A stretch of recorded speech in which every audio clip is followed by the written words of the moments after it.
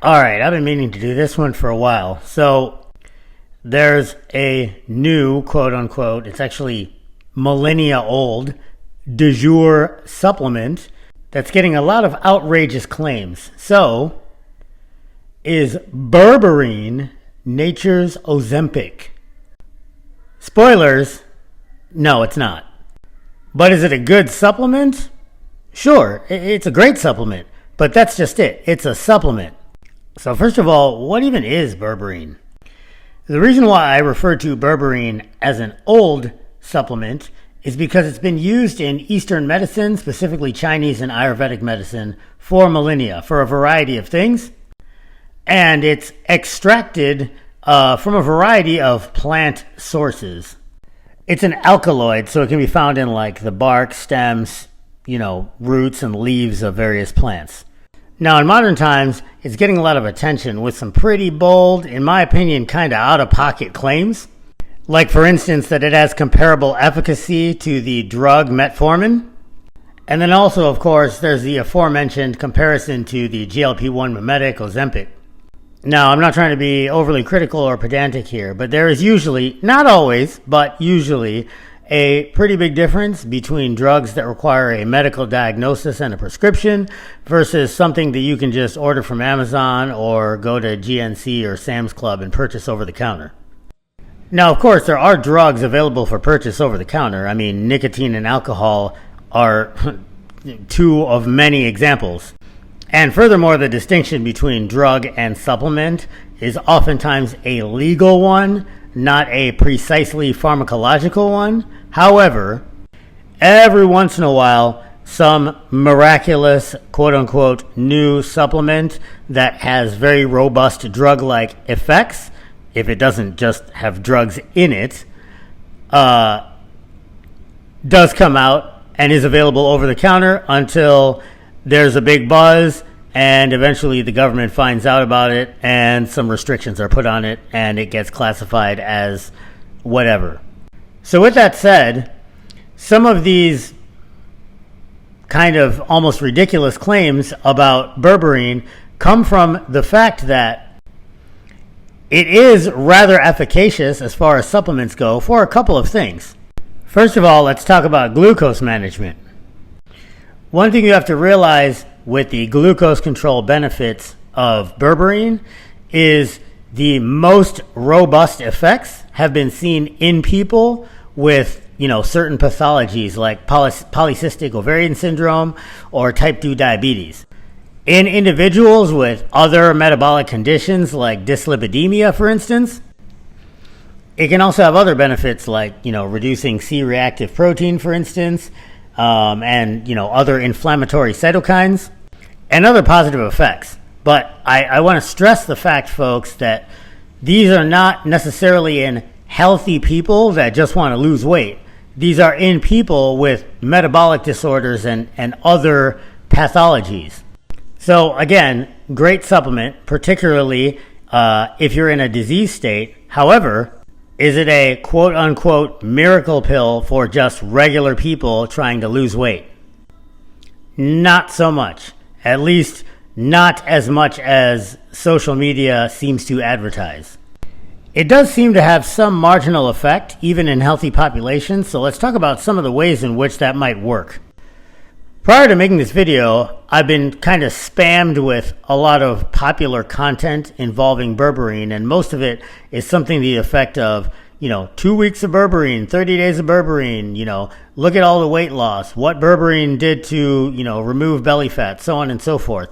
So why would this be the case when a non-diseased individual presents resistance to weight loss to me and then makes claims that some kind of glucose management supplement all of a sudden enabled them to lose weight rapidly or, out of the blue?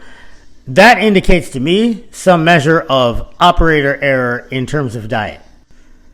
What I mean by that is eating too much or eating too often.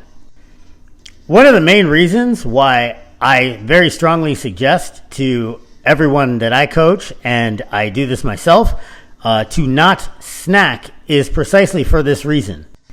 In the culture of abundance that is Western society, many people don't go a couple hours, if even an hour, without putting something nutritive in their mouth. And usually it's a purely carbohydrate, insulin secretion causing thing. It's like the boy that cried wolf, right? Over time, there has to be an increasing amount of insulin to get the same magnitude of effect that you got previously, because it's like somebody screaming at you all the time.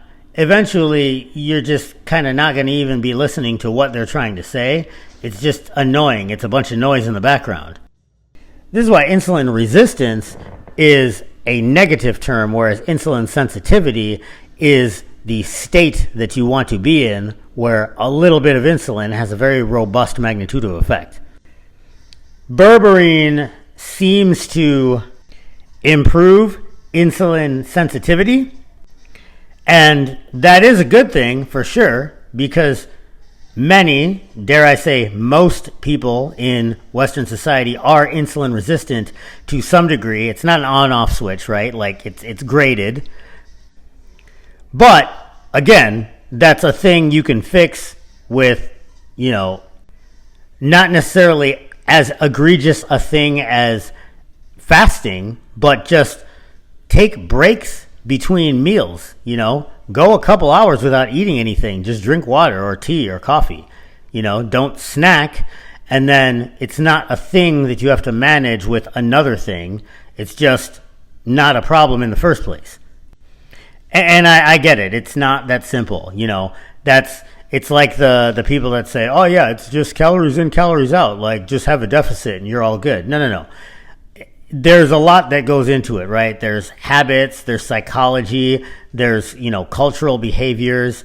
So I understand that it's difficult to say, well, just don't snack and, go a couple hours in between your meals without eating anything, and that'll help you over time manage your insulin. It's a thing that you kind of have to train yourself to do. But again, it is doable. And if not, this seems to be one of the mechanisms through which berberine has some marginal effect. Then, of course, briefly, I'll touch on the reduction in inflammatory markers. And while inflammation in of itself doesn't necessarily contribute to weight gain, it's a reasonable assumption that the additive stress of chronic inflammation might contribute to some difficulty in losing weight. So now let's talk about the other way that berberine seems to work, which is via cell signaling.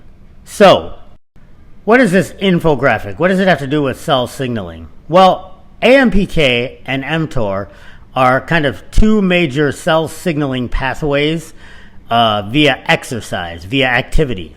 mTOR is the, anabolism, muscle building, protein synthesis, hypertrophy signaling pathway. Adenosine monophosphate protein kinase, AMPK, is upregulated primarily via endurance cardiorespiratory exercise.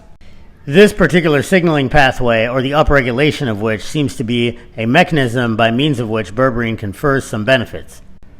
That said, you know what else does that? Well, I said it earlier. Your conditioning, cardio.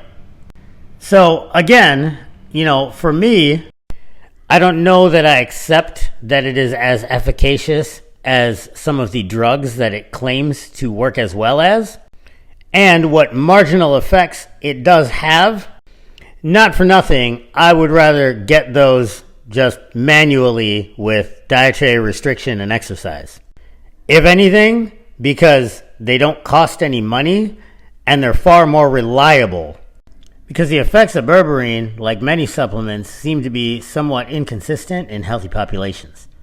So with that, remember folks, berberine is a supplement and is meant to add to, not replace, the main three levers of diet, exercise, and sleep. Consistency is a superpower. Stay in the fight. Thanks for watching.